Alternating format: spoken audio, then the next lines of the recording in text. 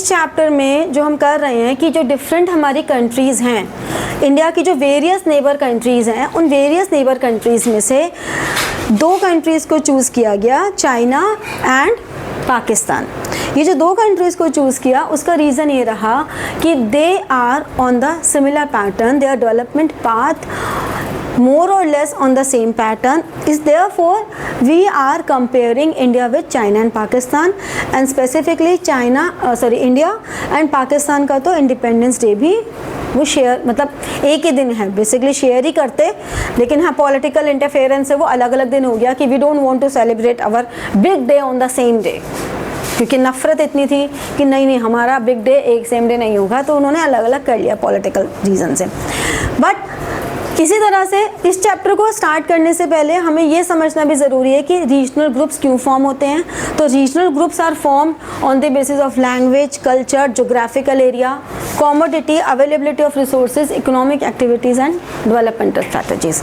जो ये सारे पॉइंट्स तुम लोगों ने बताए, इन्हीं पॉइंट्स के बेसिस पर अलग अलग ग्रुप्स फॉर्म होते हैं, जैसे कि एशियन कंट्रीज़ हैं, ब्रिक्स है, G8, G20, ठीक है ना, यूरोपियन यूनियन, ओपेक हो गया। ये सारे हमारे ग्रुप्स क्यों फॉर्म हो रहे हैं, क्या रीज़न्स है, क्या ज़रूरत क्या है इन ग्रुप्स को फॉर्म करने की, जो कि इसने अभी बताया कि जब हम ग्रुप्स फॉर्म होते हैं तो वी बिकम ट्रेड पार्टनर्स।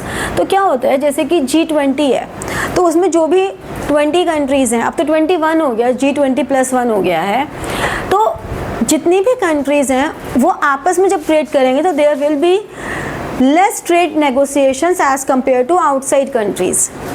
अगर सार्क कंट्रीज़ हैं तो सार्क कंट्रीज़ में when they do trade between them, तब क्या होगा कि उनके लिए जो रेट्स कोट होंगे वो रेट्स दूसरी कंट्रीज़ के लिए डिफरेंट कोट होंगे।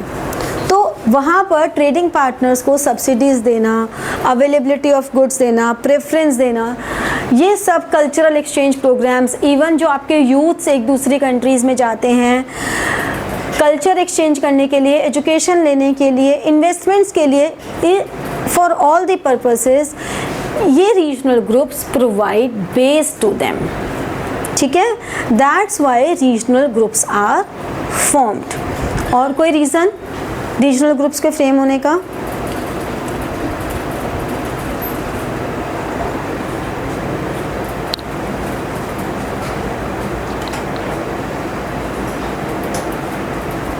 एक दूसरे को technological transfer, technological advancements provide करना, डेवलपमेंट स्ट्रैटेजीज़ में उनको सजेशंस देना, कंट्रीब्यूट करना, ये भी रीजनल ग्रुप्स जब फ्रेम करते हैं। तो एक बेसिकली ऐसे समझ लो ना, तुम एक पूरी क्लास हो, तुमने 2 का, इधर 4 का, इधर 6 का, ऐसे करके अलग अलग ग्रुप्स बना लिए अपने, तो तुमने कोई कॉमन बेस होगा।